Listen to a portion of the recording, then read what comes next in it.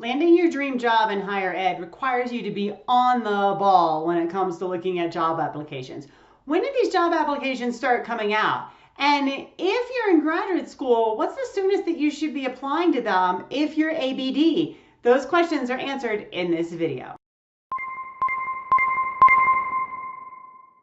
Hi everyone, I'm Leigh from teachingacademia.com, and I'm all about giving you the tools you need to navigate academia to make your best impact. If this is your first time here, welcome.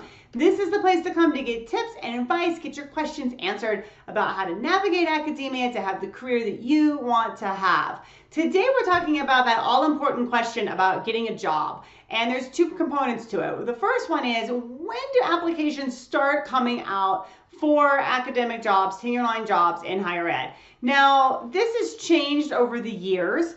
What has been going on for, 5 or more years now has been that they're coming out earlier and earlier. So you can start seeing them come out as early as June, all right? But they will be in full swing by August and September. And what's happening is people are starting to get a little bit aggressive or competitive, in my opinion, about making sure they nab the best candidate as soon as possible. So you will have institutions that are super on the ball. They are, advertising in June, July, August. They are getting people in October, right, to interview. They want these interviews and their person lined up and the job deal sealed before Thanksgiving, right, before the end of the year. Whereas previously it used to be you would typically be going on interviews in January, February, March.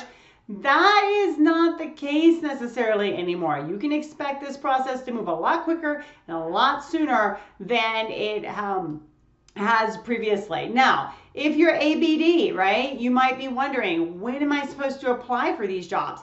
You apply typically for the job in the year that you're graduating. So if I'm going to graduate in May, and there are jobs coming out in June, July, August that are appropriate for me, I can go ahead and apply for those, all right, because I expect to be graduating in May.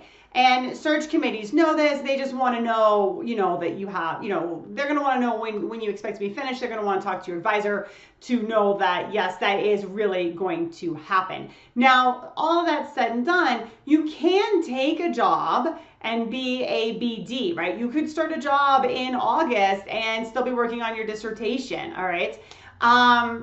That's not generally advised. That is a tremendous amount of stress and a tremendous amount of work, but it is something that you can look into negotiating with an extended tenure clock. The odds of that happening are pretty slim because nobody really likes to put a doctoral student into that position.